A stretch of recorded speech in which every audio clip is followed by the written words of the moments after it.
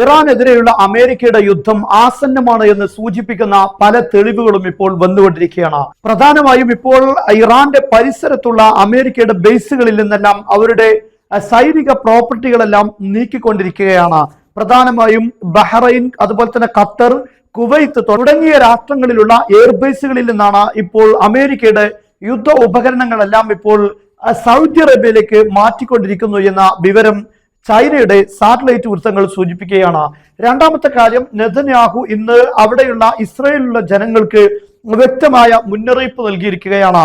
ആളുകളോടെല്ലാം സുരക്ഷയ്ക്ക് ആവശ്യമായ മുൻകരുതലുകൾ എടുക്കാൻ വേണ്ടി സൂചിപ്പിച്ചിട്ടുണ്ട്.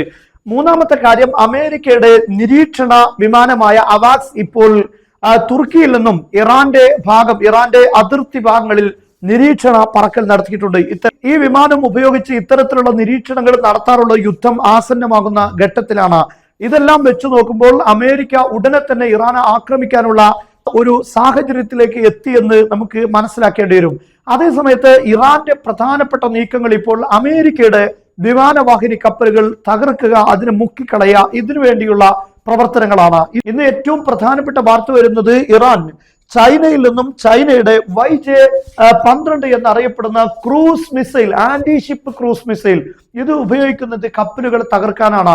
ഇത് പ്രധാനമായും ഈ ക്രൂസ് മിസൈല് സ്ക്രാംജെറ്റ് ഉപയോഗിച്ചുകൊണ്ടാണ് പ്രവർത്തിക്കുന്നത് എന്നാണ്. അതുകൊണ്ട് തന്നെ ഇതിന് 3.3 മാക് സ്പീഡാണ്. ഇതൊരു സൂപ്പർ സോണിക് മിസൈലാണ്. സാധാരണ ബാലിസ്റ്റിക് മിസൈലുകൾക്ക് ഇത്ര സ്പീഡ് എന്നത് അത്ര വലിയ കാര്യമല്ല. അതേ സമയത്ത് ക്രൂസ് മിസൈലുകൾ 3.3 വേഗതയിൽ വരുന്നു എന്ന് പറയുമ്പോൾ അത് അപകടകരമാണ്. മാത്രമല്ല ഇതിന് കടലിനോട് ചേർന്ന്, അതായത് കൂടുതൽ ഉയരമില്ലാതെ കടലിന്റെ ഉപരിതലത്തോട് ചേർന്ന് സഞ്ചരിക്കാൻ ഇതിന് സാധിക്കും.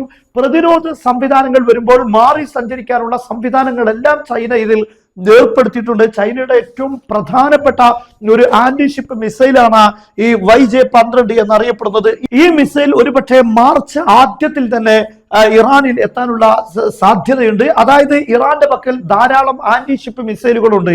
എന്നാൽ എല്ലാത്തരം മിസൈലുകളും ഇപ്പോൾ ഇറാൻ വാങ്ങിക്കൊണ്ടിരിക്കുന്നു, എത്തിച്ചുകൊണ്ടിരിക്കുന്നു. കാരണം ഈ വിമാനവാഹിനി കപ്പലുകളെ തകർക്കുക എന്ന ലക്ഷ്യമാണ് ഇപ്പോൾ ഇറാന്റെ മുന്നിലുള്ളത്. അതിനുവേണ്ട എല്ലാ നീക്കങ്ങളും ഇപ്പോൾ നടത്തിക്കൊണ്ടിരിക്കുന്നു എന്നാണ് ഇതിൽ നിന്നെല്ലാം വ്യക്തമാകുന്നത്.